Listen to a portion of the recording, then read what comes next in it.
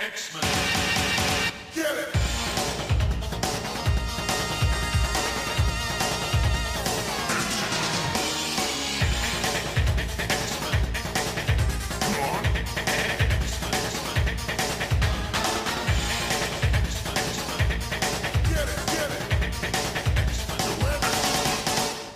Hey everyone, and welcome to another exciting Battle of the Atom! This is your only weekly X-Men podcast where I, Zach Jenkins, and my co-host Adam Reck go through 3 X-Men stories and put them on our big old list of every X-Men story ever, forever, of all time, ever, in order from best to worst, and it's definitive and no one can argue with us about it. Isn't that right, Adam? Well, you know, people do argue with us, but that's okay because we're not actually ranking anything today. Thing. Yeah, we're not ranking anything today, so nobody can argue with us, which is good. Well, they'll find a way, I'm sure. No, but you're absolutely right. Instead, today we have a special guest. Woo-hoo. We have Leah Williams. Leah, how are you doing today? I'm great, thank you. Now, Leah, you are the upcoming writer for X-Men Gold Annual #1, featuring the 30th anniversary of Excalibur. Is that correct?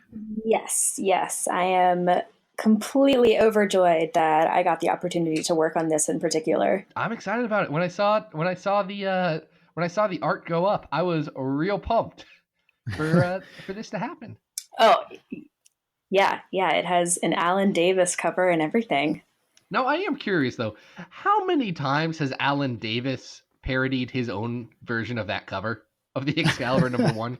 Because I can think of like 5 that he drew. A lot. Yes, it is a lot, but that doesn't lessen the impact, especially for me. Writing the 30th anniversary. Yeah, it never gets bad. It's always great. It just kind of adds to the legacy. Like, I don't know, maybe he has a template or something that he uses to reference the first cover, that really iconic one. But in any case, it's at this point. That's true. I got this. Blah blah do. I'm Alan Davis. I'm really good at comics. Here we go. I don't think Alan Davis sounds like that. Alan, when you listen to this, I'm sorry. You know, I have heard that he is nothing but the nicest guy ever, like the sweetest person. I've never had the opportunity to meet him. I would love to meet him. Same. That'd be so cool. So how exactly did this come about? I mean, obviously there's probably a desire in-house to celebrate the anniversary of Excalibur, but you know, what was the behind the scenes decision making here that led to this annual being a reunion of sorts? So it actually started with Mark Guggenheim, who is writing the X-Men Gold ongoing series right now. And he started hearing from fans because Kurt, Rachel, and Kitty are all together again on the same team. And they used to be in Excalibur together. He started hearing from fans, you know, kind of like, hey, you've got 3 of the members here. Like, what about an Excalibur reunion? And he thought that it would be a great idea to do that for the annual. So he approached Chris Robinson, the editor for this, someone I've worked with in the past. And then Chris floated my name for being a co-writer. So that's how this kind of got started. It was because Mark was paying attention to what people were saying and what they were looking for. And he's a big fan of Excalibur, the original series. And, you know, kind of piloted this project from the start with Chris Robinson. Mark Guggenheim, he's been he's an experienced comic writer and media person. Like he's done some stuff. So what's the process of, you know, co-writing this with him? What's the give and take on that with you two?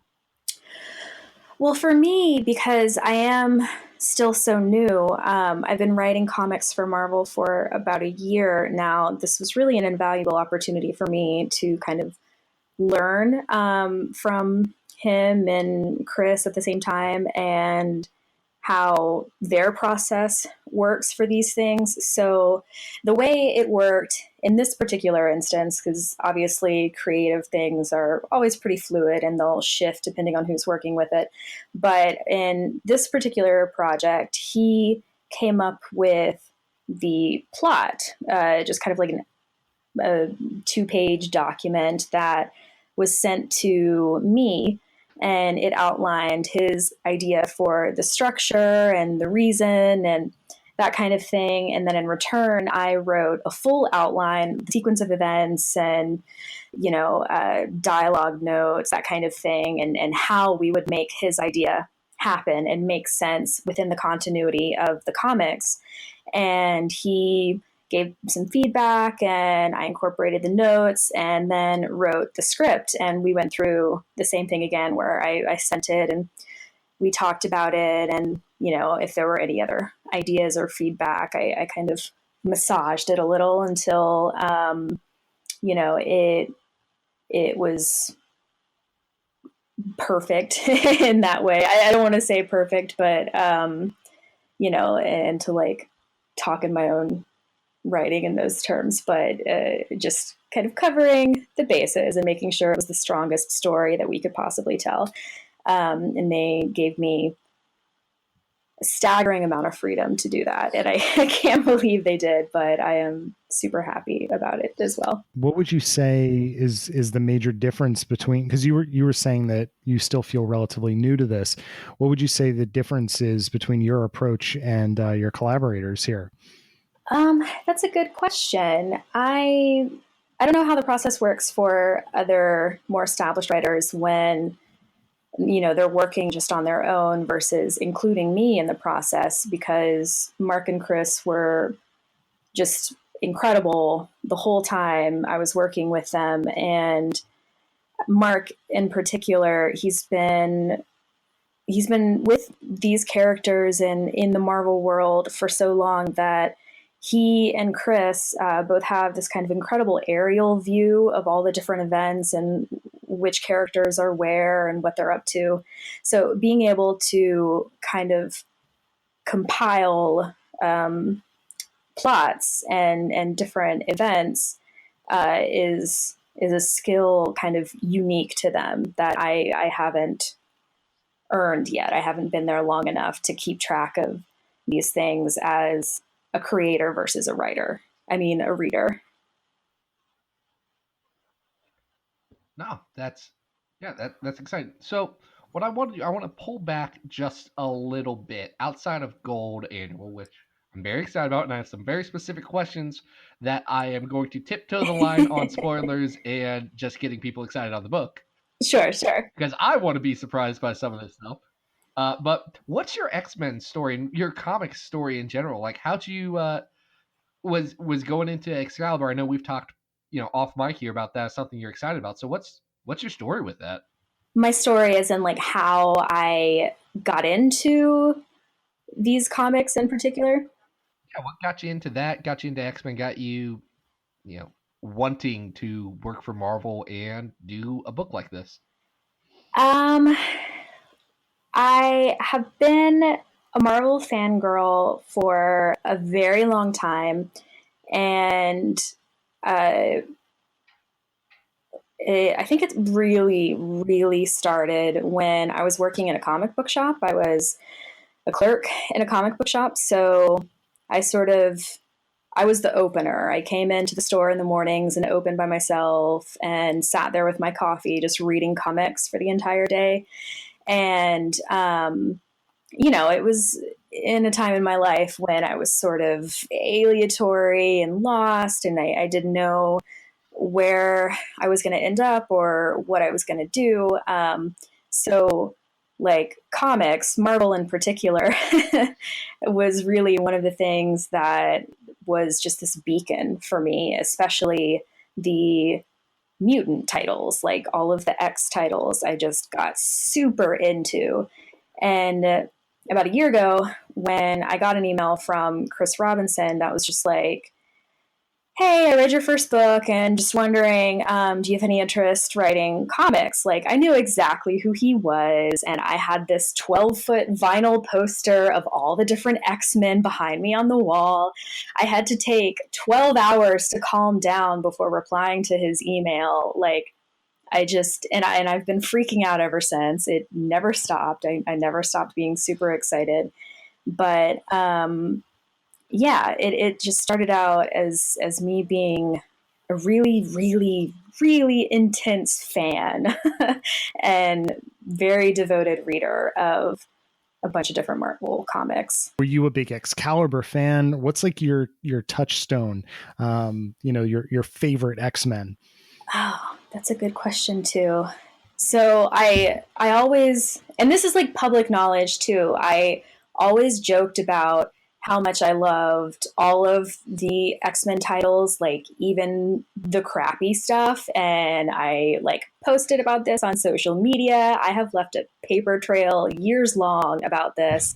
But Excalibur, it was definitely one of those things that it was one of those titles that I picked up, and it was like somebody turned on the lights. Like it was just so bracing and incredible. And all of Chris Claremont's original work with the X-Men, is something that I go back to over and over again. Yeah, I mean but yeah, definitely Excalibur. No, that's good, and I can vouch for that liking of what some people would refer to as the crappy X-Men stuff.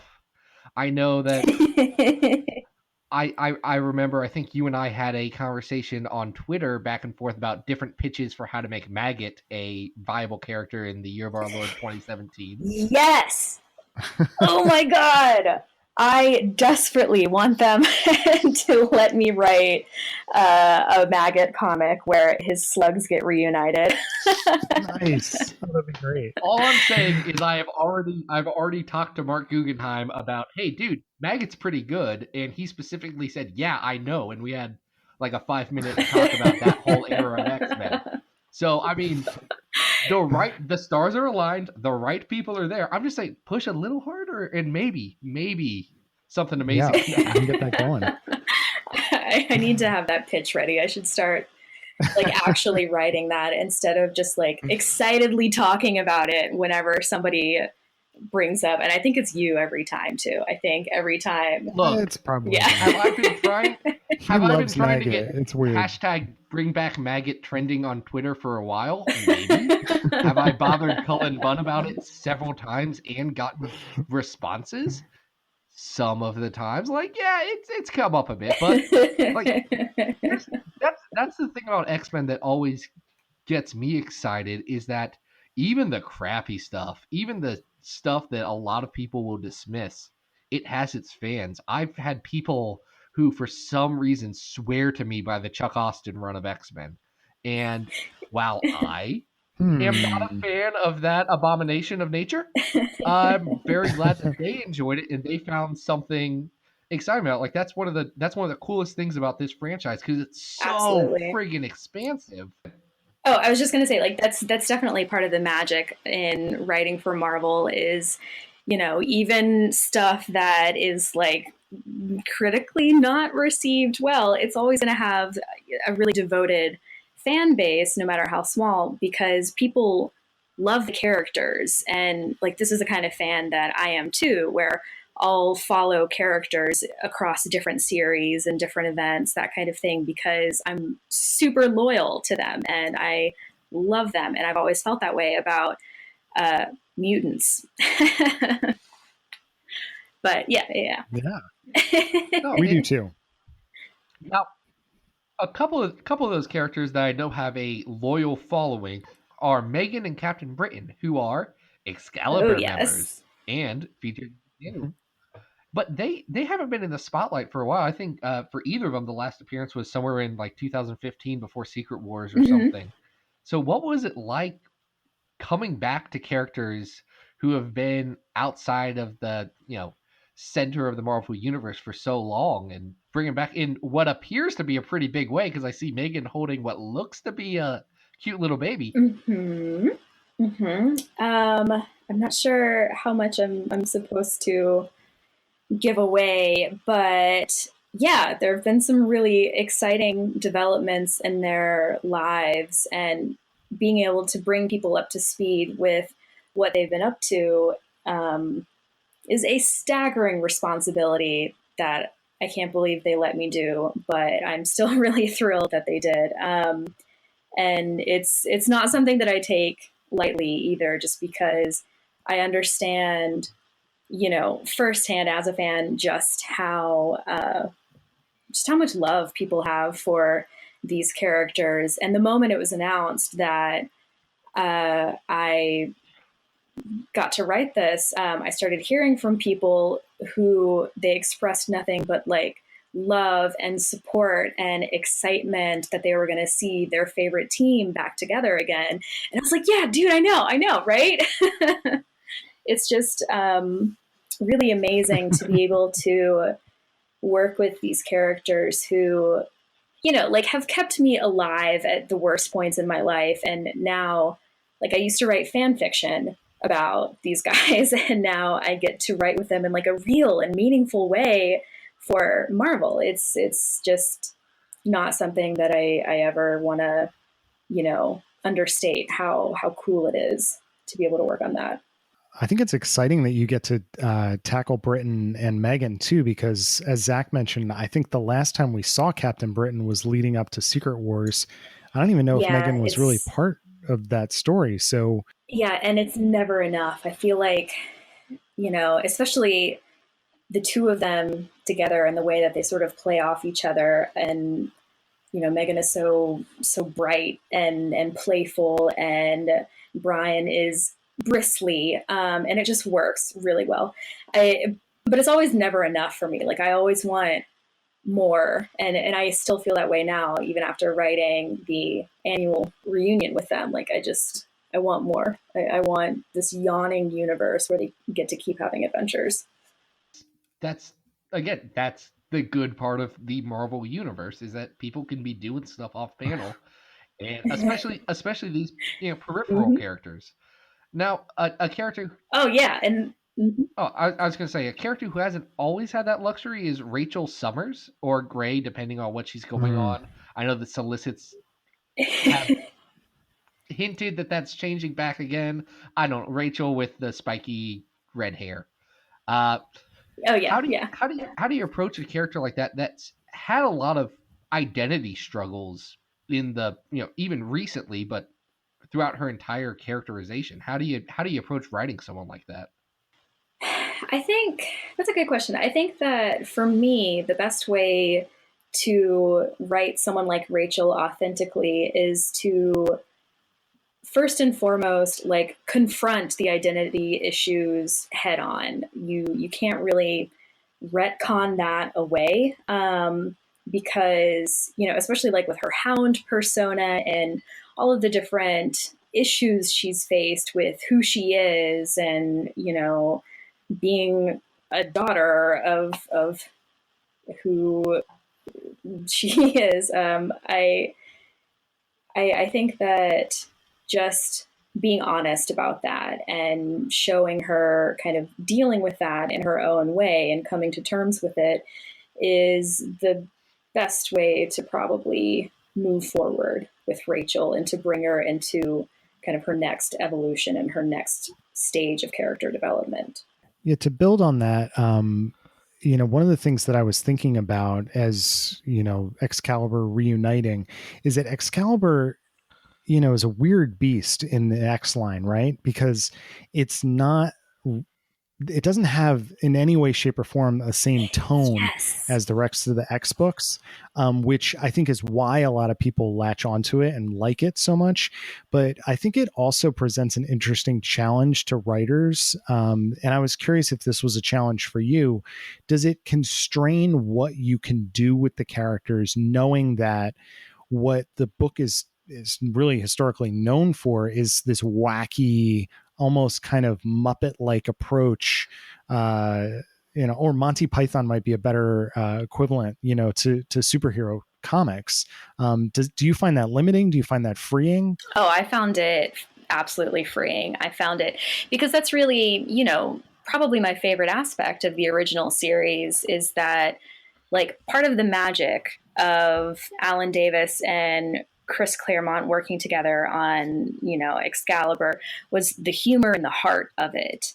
And that's what made it so bright and wonderful to consume and indulge in. And it's something that I come back to over and over again as a reader, just because of the transcendental joy it brings me. So being able to try and, emulate that, to articulate those same values in my own voice, was something that I found really exhilarating.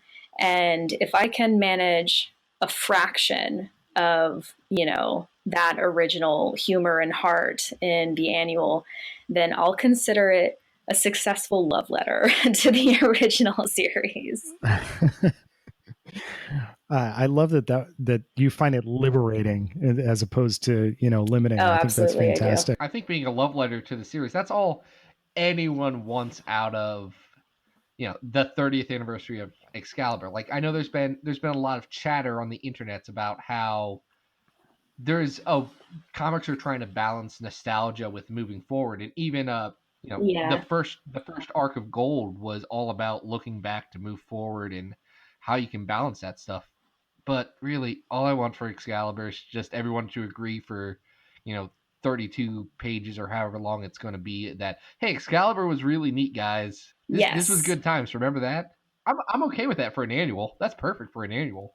Oh, I totally agree. Yeah, this is a really kind of the perfect way to have an Excalibur reunion because, it's an annual. So it's a standalone story that new readers can come to and everything will make sense. But at the same time, it is just springboarding off of, what I love most and what Mark loved most about the original series too, which is the humor and the heart, the silliness of it, but also the gravity of what they're dealing with at the same time. Like the bad guys are really bad and they do some sick crap. So, but they deal with it in a really heartwarming, authentic, funny, and at times ridiculous way, that was always my favorite part.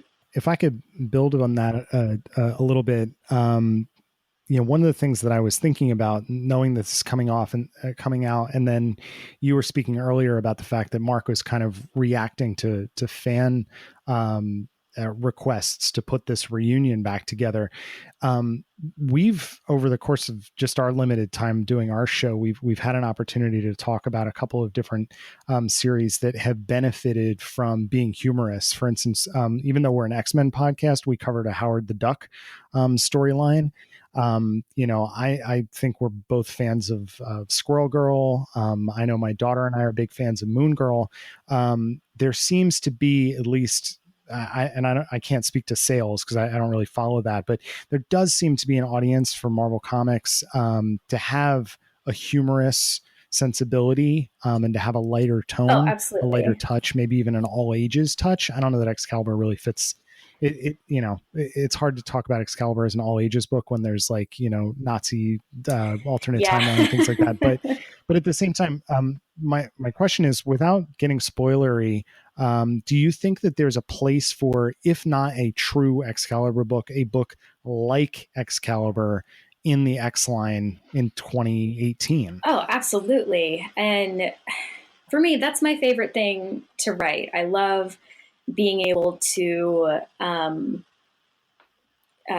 write in a way where the situation is dire, but you still leave a little room to lighten it a little for the audience. And because I get really addicted to that in things that I'm watching or reading, that sort of balance, to kind of thread the needle between tragedy and comedy and do it with spectacular comic book action and violence. But I absolutely think that there's room for that in 2018. I think there's room for that forever. And I mean, it all depends on what kind of comic fan you are, if you're into that. I am super into that, but I also understand the fans who are more into like the grim dark kind of internal monologuing dark, you know, Batman. Yeah. Sure. Yeah.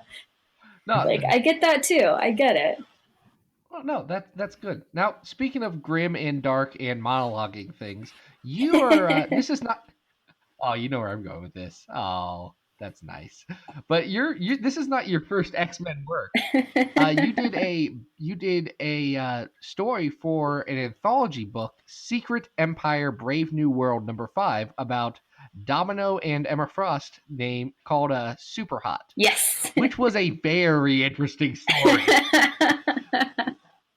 Like that's a story that has a very clear and unique voice to it. It's I don't know, Adam, did you get a chance to pick that up and read that, or? No, I apologize, Leah. I have not read that one yet, but No worries. I will catch up with it, I promise. Here's the thing about it. It's a story about, and I'm not going to spoil everything, but it's 4 pages, so explaining anything is explaining everything. But it's a story about Domino assassinating Emma Frost, who is the, queen secret leader of New Tian, which is the mutants takeover of California during the Nazi takeover, the Hydra takeover of the world. Excuse my French. But what did you know going into the pitch for that? Like, how does that come about? Because that's such a weird, specific, not even normal Marvel. Like, you can't have that pitch prepared, right? So this is where I get to talk about how fantastic Chris Robinson is, because I can never say enough good things about him as an editor. He's one of the best editors I've ever worked with, ever, across any type of medium. And I had been begging him to write Emma Frost and or Domino. So he came to me and he was like, well, we have 4 pages here. And I was like, done, give it to me. Let me do this. And I don't know, it's super fun working with him because sometimes he'll come to me with his ideas and be like, do you think there's a way we could do this? Like, what are your thoughts? And we'll just kind of like spitball back and forth. And that's how this happened. So it was his idea originally. He was like, what about these 2 characters in this location? And I was like, oh my God, bucket list, give it to me. Like, I have to write this. And sure enough, like once we had just kind of texted back and forth about it and gotten our idea solid, the very next day I dropped everything that I was doing and just sat down and wrote the script, and it was just so much fun. So I gotta ask, because the opening line of that is one of the few comic lines that has just stuck with me for a while. How long did it take you to nail down that the opening line should be Domino saying, being a hot girl is weird? That was the first thing I thought of.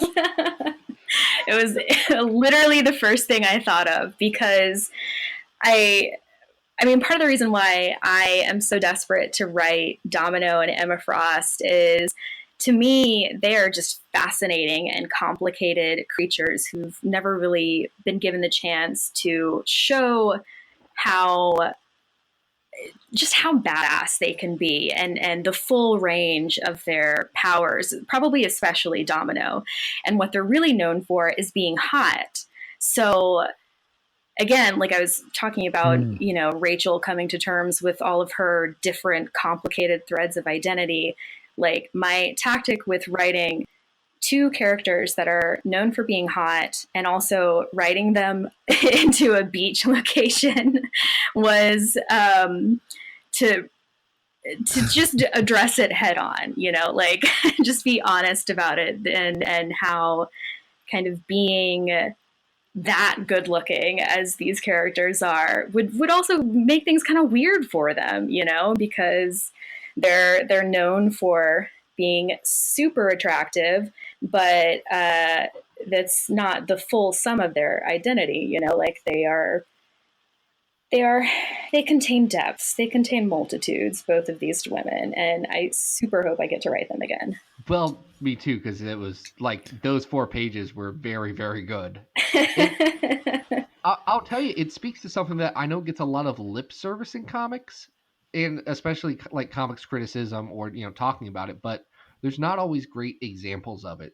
And that is that different voices with different experiences can really tell stories that, you know, a Stan Lee or a Chris Claremont or Rob Liefeld in Domino's case couldn't tell. They just wouldn't be able to go through and say anything about, you know, what that kind of experience is like. So it's, to me, it's very interesting that we're getting a lot of voices, and at least the X-Men books I'm enjoying the most are coming from those unique perspectives, those unique voices. Like I know we have raved about it on some other stuff, but like Christina Strain's Generation X I was right now. just going to bring that up. Yeah, I was just going to bring that up and ask if you were reading it, just because it's so good. So good. Christina Strain's she hasn't been on this podcast. She was actually on my other podcast, Legion Quest, which is about the TV show Legion. And in the off season, we watched the Generation X made for TV movie with her, and it was amazing to get that perspective because it was so fun to talk about. That sounds amazing. That Yeah. series. Like, have you seen that movie? Because it is buck wild. That movie is insane. I have not. Yeah. It's bad. So yeah, I don't know if I'd recommend it's not that you do that. It's bad. But Are you advocating that she watch that, Zach? Because it's not good. Listen, I'm a garbage can. I will take all of the mutant content that exists. Look, if you like X-Men things and you're okay with garbage television, yeah, this is it. This is it. It's absolutely. It's on YouTube.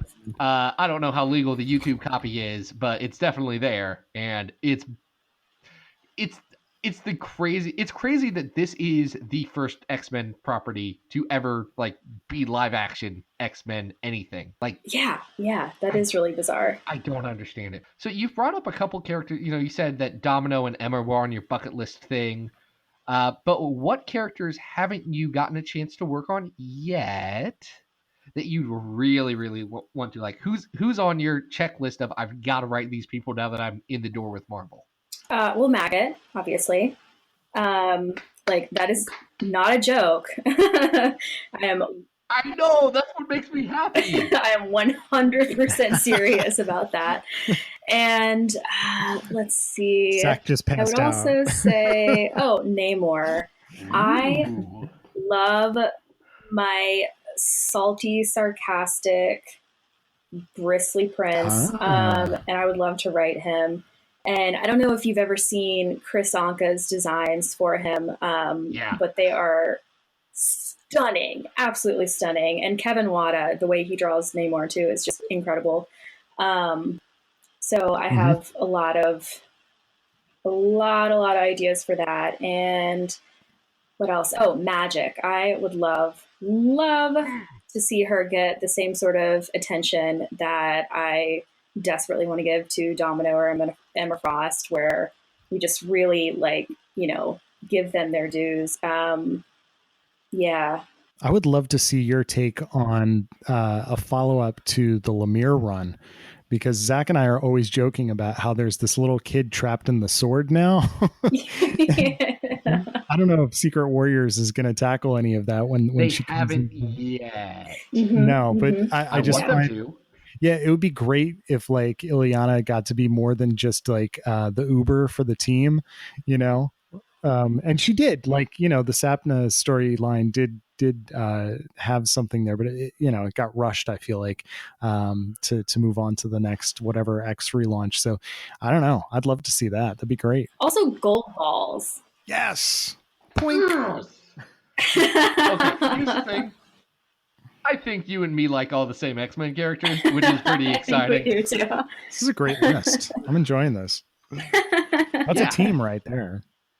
Oh my Yep. God, it would be That amazing. was half of that was the Bendis team. That's a good chunk of the Bendis uncanny team right there. Yeah, it's good. But no, that's awesome. And yeah, I think you touched on Magic's a character that I'm very glad that since she was resurrected back in when was that, 2008, 2009, whatever. Mhm. It's very cool to see that she's been able to kind of graduate into a level of prominence. Like she's gotten over that bump of I'm a New Mutant character. No, I'm a X-Men character.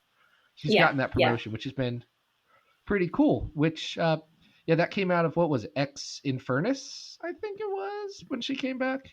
Written Mhm. by Yeah. written by CB Cebulski, who's had An an interesting day. Let's just say Interesting that. day. What So an elegant transition. That was great. yeah, I mean we are recording this on Tuesday the 28th, when a lot of stuff has come out that's been interesting to say the least. Yeah. Didn't know if you had any thoughts on that, Leah. Yeah, they're all shrieking. Just like bewildered shrieking, I think. It's I have heard nothing but good things about CB, and I've even met like a couple of his high school buddies that are living in Dallas right now, and talked about how great he is and nice a person. But so, and I have no doubt about that, or that he's going to be a mega competent editor in chief. But just the story that broke today about him sort of assuming, you know, this yellow face pseudonym to write under for Marvel and cross streams that way. It's not something I'm super comfortable with and super cool with. And I know it happened like what, 9-10 years ago, something like that. But I want it to be addressed in like a, you know, honest and authentic way, just for transparency. Like, it's so strange. I'm reeling. Yeah, I think Yeah. we would. I think we'd like that too. Zach and I were talking about that earlier this evening, and you know, it's a complex issue. You know, not only for the actions that were taken to sort of subvert financially, but then there's this added layer of taking on this pseudonym that comes along with a lot of you know, racial insensitivity that you know, complicates this situation dramatically. Yeah, absolutely. Well, especially when the books that were written under Akira Yashada were very Asian influenced. Like Mhm. they were, it felt like they were supposed to be written by a Japanese guy telling stories from a Japanese perspective. And I know when we talked about what was it, the manga verse X-Men stuff, how we straight up said this feels like a, you know, a Japanese inspired story filtered through superhero comics, filtered through what someone from America thinks Yeah, Japanese culture is. yeah, And that was the inauthentic part that, you know, was kind of bothersome. It kind of shows the issues here, because to me, you had a whole group of people, and this was before I was buying comics, but having gone back and read that stuff, it's under the impression that, oh, this is supposed to come from some place of authenticity that wasn't necessarily true. Oh, absolutely. And that's what, I mean, that's what I find so crushing. The fact that, like, I was so excited, and so many of us were so excited about the future for Marvel, and, you know, what CB was going to bring to the table. And then to find out that, like, he has this really big transgression where he trespassed on Japanese identity in order to write these comics. Like, that's, it just breaks my heart. And Yeah. I mean, obviously, like, creatives at Marvel are sort of down in the trenches, so we never know about these things.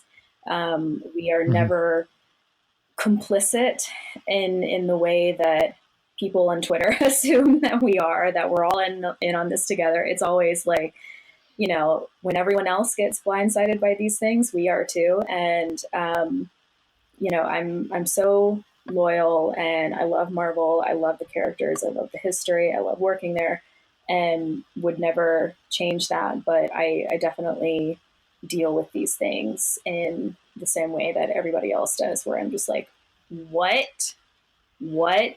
Yeah, I think one of the fascinating things that's come out of this today has been individual reactions, you know, and people who probably don't know what to say yet. And I think it's going to be an interesting couple of weeks as we go forward.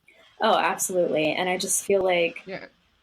wasn't there an Avengers trailer that was supposed to come out today or something like that?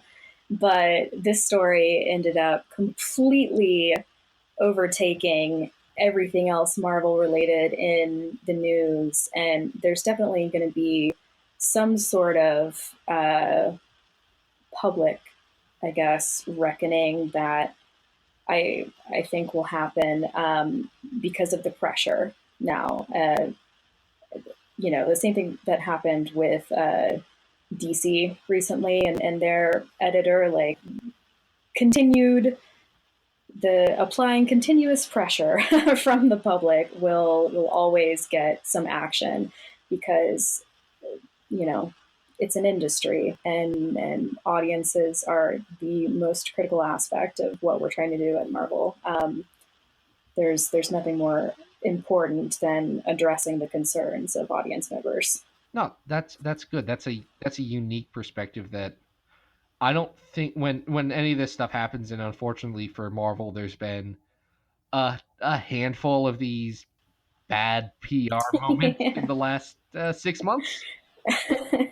But It's been real weird. yeah, it's been what's been interesting for me is like I come from a corporate background. I've got my master's of business. Like I can, it's very easy for me to immediately jump into, you know, my company man perspective and say, okay, well, if I was running a business, how would I actually handle this? What's the right way to handle this? What would a business do in this situation? And trying to balance that out with some of the, you know, comics culture, where a lot of people are very, you know, people are very considerate and care a lot about, you know, representation and how things are, you know, handled from, you know, social issues within comic books, which, you know, I'm an X-Men fan. I care about that stuff too. I definitely get where they're coming from. It's a generation that was raised up on, hey, maybe you shouldn't treat people different. Uh, like I get, it's so interesting to me to get all of those different unique perspectives coming in, and, you know, trying to, you know, see what really lies at the center of what, you know, really happens. And a lot of these things, you're never going to get the actual truth of what was going down, but it's very interesting to see that perspective from a lot of different places. So definitely thank you for sharing that. Oh yeah, of course. I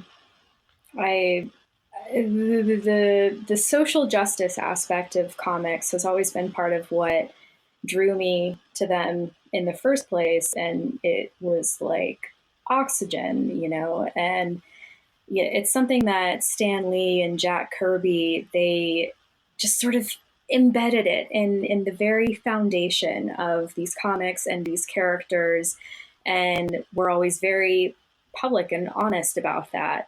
And to me, anything that sort of dishonors the work that they have done and narrows the gaze, turns it into something less than what it could be, is not the best work that we could be doing. And I especially feel this way about the work that I do at Marvel, that I have an incredible responsibility to the people who are reading comics to construct a series of mirrors about identity and politics while telling the best story that I can possibly tell and being honest about it. Anything that kind of mars what Stan Lee has been very open about prioritizing in, you know, fighting for what's good and protecting the weak and good prevailing over evil. anything that tarnishes that is a slight, in my opinion. That was extremely well said, Leah. thank you for pontificating there, because that is what we I think expect out of the books, and I hope that we can expect a lot more from you with Marvel. I know we're looking forward to the annual. Thank you. I appreciate being given the opportunity to talk about it. It's something that I think about a lot. We do too. That's awesome. So as we wrap up here, Leah, where can people find you online if they want to check out your stuff and see what you got going on? I am most active on Twitter, and I have a stupid username because I've had it since I was like 13 or 14. But if you just search Leah Williams, I think I come up. The username is like at my monster is Chic, CHIC. I like it. And it's dumb, but I've had it since I was a literal teen girl, so please forgive me. But yeah, and that's where I mostly post about what I'm up to and what comics I have coming out. I'm on Facebook and Tumblr and Snapchat and Instagram and all the other ones too, but Twitter is where I hang out because it's like ground zero for news these days. And you've got right now, it's just the X-Men Gold Annual that you can talk about coming out? Yes, that's the only thing that's been announced, but 2018 is going to be a big year for me, knock on wood. No, it is. There's really cool stuff happening that I can't talk about yet, which is killing me. That's okay. We look forward to that too. Well, thank you. And thanks again for having me. No problem. Now, for all the listeners, the X-Men Gold Annual #1, written by Mark Guggenheim and Leah Williams, with art by Aletha E. Martinez, is coming out January 3rd? Early January. I know. I keep reading different dates for it, too. The final order cutoff is December 10th, so make sure to tell your comic shops that you want to order it. I know the diamond code, too. It's NOV 01995. Well done. If you want to order it, just in case. So write that down. I'm so excited. I had postcards printed for this that I designed myself. I've just been handing them out to people. That's amazing. That's amazing. Yeah, make sure to pick this up, guys, because it's going to be cool. Also, Megan's holding a baby, and I am very interested in how all that's going, because this is exactly my brand. Oh my God, I can't wait. Oh.